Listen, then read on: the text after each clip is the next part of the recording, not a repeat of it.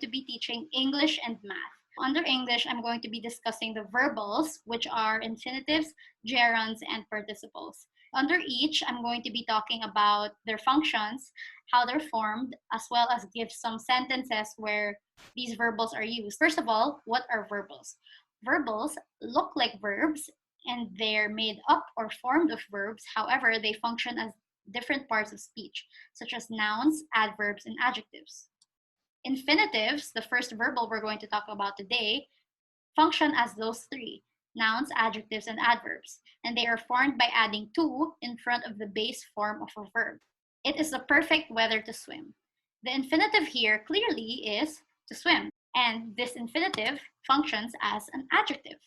But how do we know it functions as an adjective? If an infinitive functions as an adjective, it will always follow the noun it describes. In this case, weather. Let's look at this example.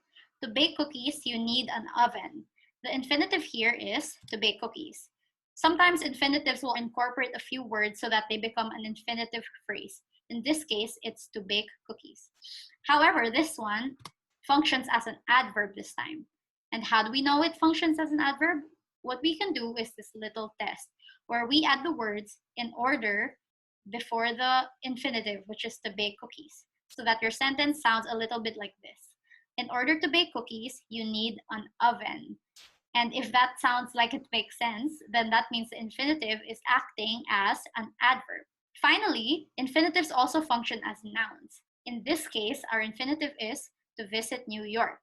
To visit New York, functioning as a noun, is also the subject of the sentence. Like other nouns, infinitives can also function as different parts of a sentence, like its direct object, its retained object, its subject complement, its appositive, and delayed appositive. The next verbal we're going to talk about are gerunds. Gerunds always function as nouns and always end in ing. As in infinitives earlier, gerunds, since they act as nouns, they also function as the subject, direct object, and so on and so forth of a sentence. I enjoy playing basketball. The gerund in this sentence is playing basketball, and it functions as a direct object of the sentence. I functions as a subject, enjoy functions as the verb, and playing basketball, our gerund, functions as the sentence's direct object. The last verbal we're going to talk about today are participles, and participles always function as adjectives.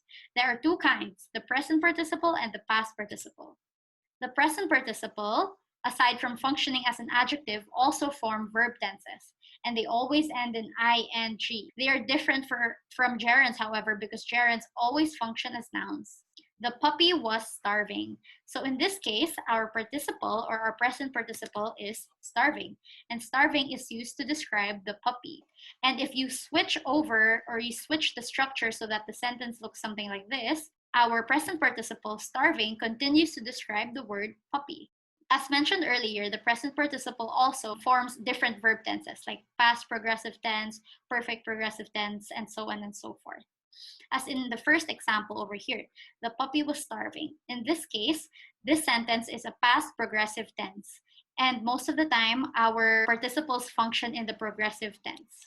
The past participle, on the other hand, although they do function as adjectives and also form verb tenses, they are formed differently, and they are usually verbs that end in ed or n, like eaten and cooked. However, some words like lose, whose past participle is lost, has a varying ending. For example, the doors were painted yesterday. Painted is the past participle of this sentence, and painted describes the doors. Again, if we remove the word or the verb were and move the word painted before doors, the word painted continues to describe the word doors. The painted doors are brown, for example. Again, as with present participles, past participles form other verb tenses like these, and they also form past modals, which are things that you could have, would have, or should have done. So the sentence, for example, sounds like this: I could have painted my own doors, but I was busy. They are also in the passive tense. So the doors were painted, or the lights were turned off.